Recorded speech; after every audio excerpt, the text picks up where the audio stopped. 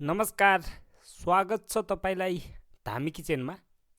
आज मैले मेरो किचनमा सबैलाई मनपर्ने गुलाब जामुन बनाउँछु। गुलाब जामुन कसरी बनाउँछन् त?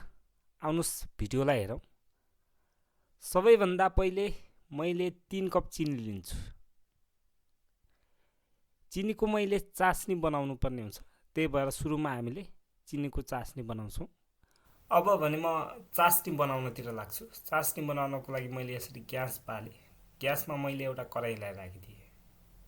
यो कराईमा मैले 1 लिटर जति पानी राख्छु। यसरी 1 लिटर पानी राखिसकेपछि यसमा मैले पहिले 3 कप जति चिनी राखेको थिएँ।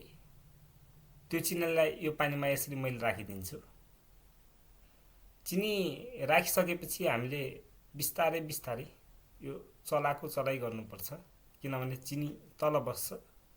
चिनी तल बस्यो भने चलाएन भने त्यो डज्न सक्छ, त्यो तलै चिप्किन्छ चिनी।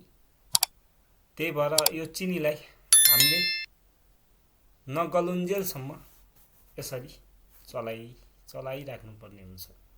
यसलाई हामीले तबसम्म चलाउनुपर्छ जबसम्म यो पानीमा चिनी पुरै घुल्दैन। चिनी घुलिसकेको छ, अब हाम्रो चासनी तयार भइसक्यो। अब भने हामीले गुलाब जामुन बनाउनको लागि सुरुमा 2 कप दुधको पाउडरलाई लिन्छौँ। यसरी यो पाउडरलाई राखिसकेपछि मैले आधा चम्चा अलैँचीको पाउडरलाई राखिदिन्छु र यसमा मैले 3 चम्चा जति घिउलाई राखेर 2टा अन्डालाई राखेर यसलाई मिसाउँछु। यसको मैले डो बनाउनु पर्ने हुन्छ।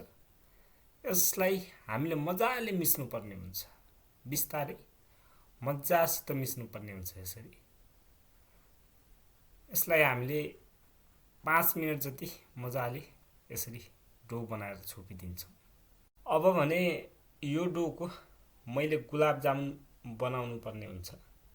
गुलाब जामुन बनाउनको लागि मैले यसरी यो डो लिएर यसरी हातमा यसरी गोलो गोलो घुमाउँछु।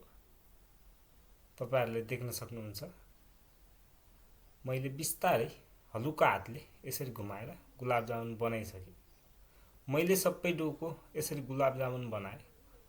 अब गुलाब जामुनलाई फ्राई गर्नको लागि मैले एउटा कराईमा यसरी तेल राखेँ। तेललाई मैले 5 मिनट तात्न छोडिसकेपछि मैले यो गुलाब जामुनहरुलाई यसरी एक एक गरेर यो कराईमा राखिदिन्छु। तपाईहरुले देख्न सक्नुहुन्छ। हाम्रो ठाउँ अब रहेन।